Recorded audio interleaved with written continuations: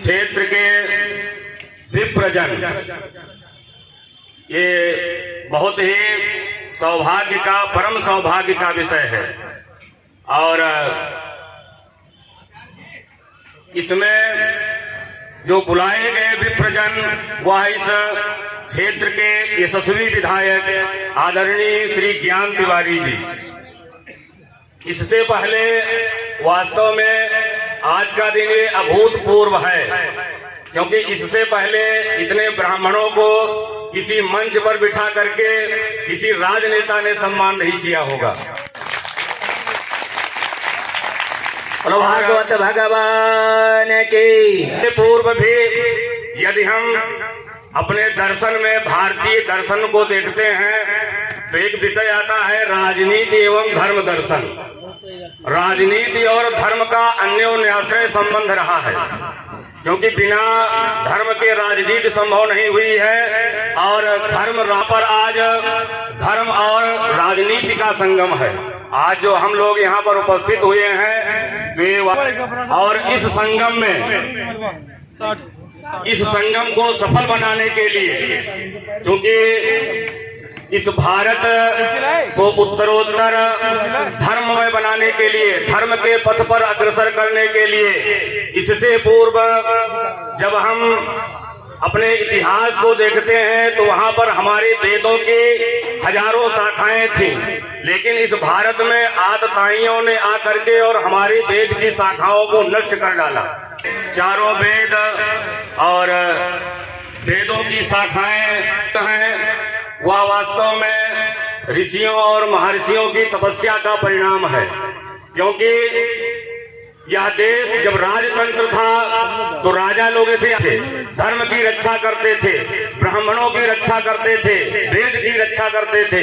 और जब यह लोकतंत्र हुआ तो इस लोकतंत्र में लोकतंत्र को सफल बनाने के लिए इसके जो अग्रणी माननीय नेतागण इस देश को स्वतंत्र हुए लगभग 1947 में यह देश आजाद हुआ था, और जो हमारा भारतीय संविधान है वह 1950 को लागू हुआ था। धीरे धीरे करके स्वतंत्रता के बाद में भी इस देश में कहीं न कहीं धर्म का क्षरण हुआ। जो हमारा जो अतीत, हमारा जो धर्म था, हमारे जो धर्म को आगे बढ़ाने वाले लोग जो पुरोधा थे, कहीं न कहीं वह भी अव्यवस्थित रहे। कारण क्योंकि लोकतंत्र में राजनेताओं ने फिर इस पर प्रहार किया। विगत 10 वर्षों से हमारे भारत की सत्ता को संभालने वाले, नेतृत्व करने वाले यशस्वी मुख्यमंत्री आदरणीय योगी जी, इन दोनों के नेतृत्व में इस देश का गांव-गांव का, जन जन का विकास हुआ, धर्म की रक्षा हुई, धर्म की स्थापना हुई। और इस क्षेत्र का भी परम सौभाग्य रहा कि इस क्षेत्र के आदरणीय विधायक श्री ज्ञान तिवारी जी, क्योंकि तिवारी जी पर जो संस्कार हैं, अभी ज्ञात हुआ कि आपके पिताजी भी कालवे, तो वास्तव में जो शिक्षक के गुण होते हैं, वास्तव में उनके अंदर ऐसे संस्कार, ब्राह्मणों का सम्मान करना,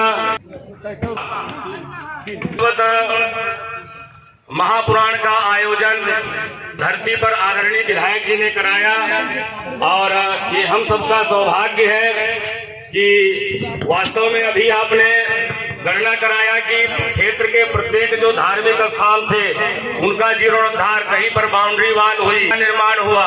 और इससे पूर्व हमारी ये केवल संकल्पना थी कि हम किसी से चंदा मांगने जाते थे, किसी से कहने जाते थे कि कुछ दे दीजिए और ये किसाला का निर्माण हो जाए, इस मंदिर का जीर्णोद्धार हो जाए। लेकिन वास्तव में कोई आकर के हमारे समीप में आकर के और इस तरह के विचार उस स्थान को देख करके स्वतः ऐसी करने की प्रेरणा, और प्रेरणा ही नहीं, उसको उस स्वप्न को वास्तव में साकार किया।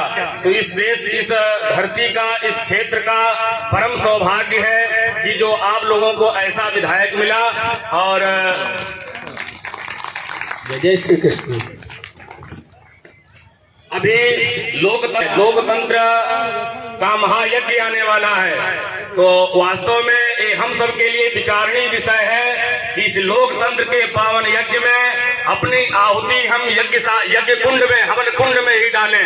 ये न हो कि हमारी आहुति कहीं बाहर गिर करके और वह निष्फल हो जाए। इसलिए हम अपनी आहुति को इस लोकतंत्र के महायज्ञ में वास्तव में बहुत सही जगह है, जहां से हमारे धर्म का और हमारी जो संस्कृति है इसकी रक्षा हो सके और हम सब सुरक्षित रह सके। क्योंकि सबसे पहली प्राथमिकता होती है कि हमारा धर्म सुरक्षित रहे, हम सुरक्षित रहें। तो वास्तव में आपके नेतृत्व में, प्रदेश के नेतृत्व में ऐसी मजबूती आए कि हम सब सुरक्षित संरक्षित हो सके और वेद ध्वनि करें, शंख ध्वनि करें और मंदिरों में घंटानाद हो, जय जयकार हो, इस तरह की प्रवृत्ति हो, धर्ममय प्रवृत्ति हो और इस राष्ट्र का सर्वोपरि उत्थान हो। ऐसी आप लोगों से हमारी कामना है, आप लोगों से आग्रह है। और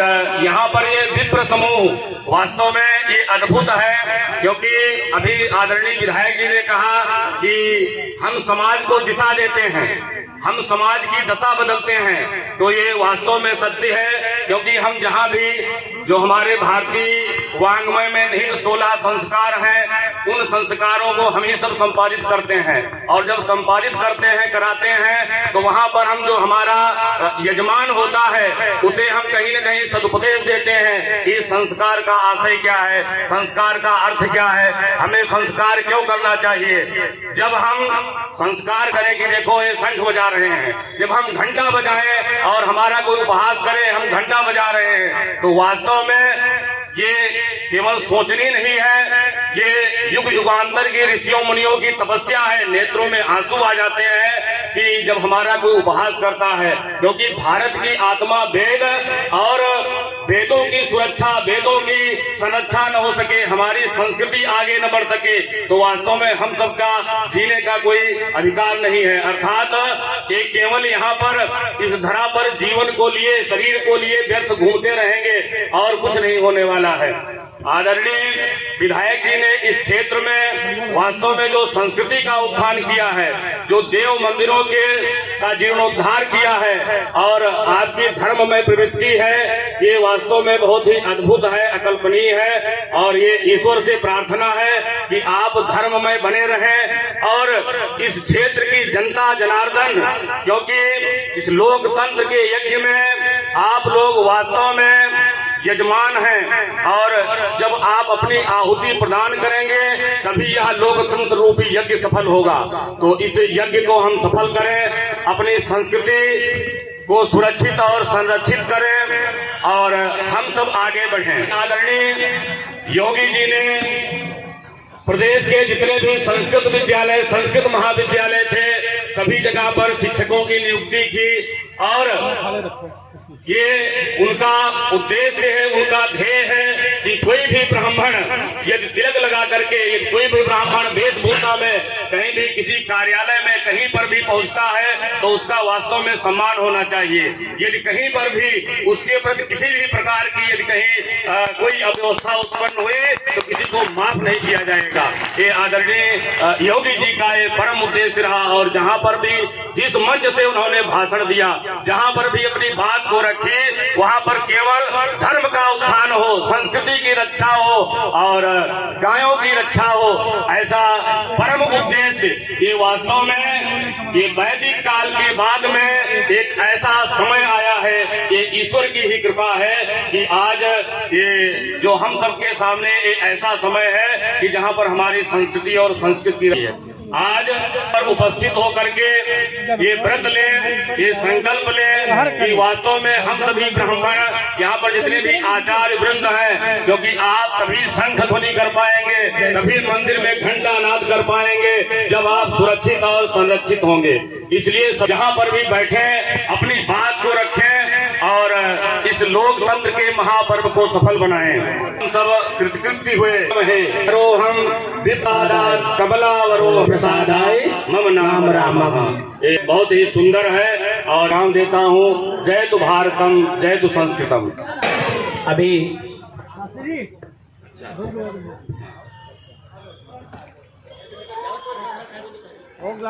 धान्य समृद्धिरस्तु आरोग्यमस्तु विजयोस्तु रिपोक्षयस्तु वंशे सदैव भवतां कल्याणमस्तु वंशे सदैव भवतां धनधान्यमस्तु मंथायस्तव श्रीरवसिमारोग्यमाविदात् शोभमानं महीयते धान्यं धनं पशुं बहुभक्तिलाभं सत्संवत्सरं दीर्घमायुः।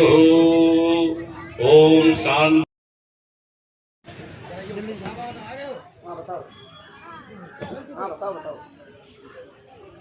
अमन वाला किधर व्यवस्था करा रहे हो, इधर करा दो भैया। हाँ बस तुम आप सभी हमारी महानुभावों का बरौली श्री कृष्ण कुमार जय पांडे जी कंकर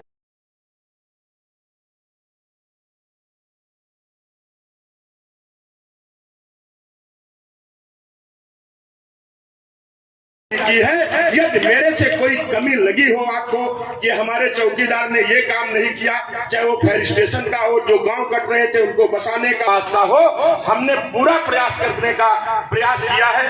और हम भी मानो है, हो सकता है कहीं मेरे से गलती हो गई हो।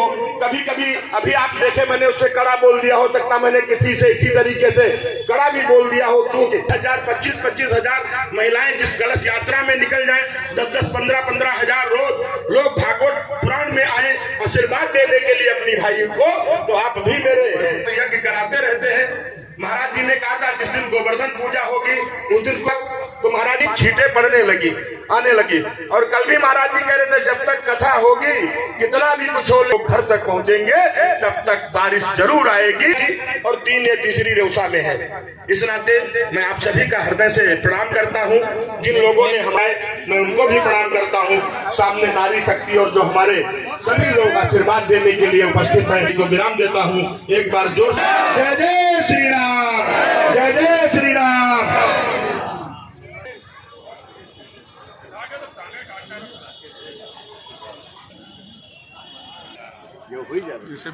जैसे ये चालू हो गया। हाँ।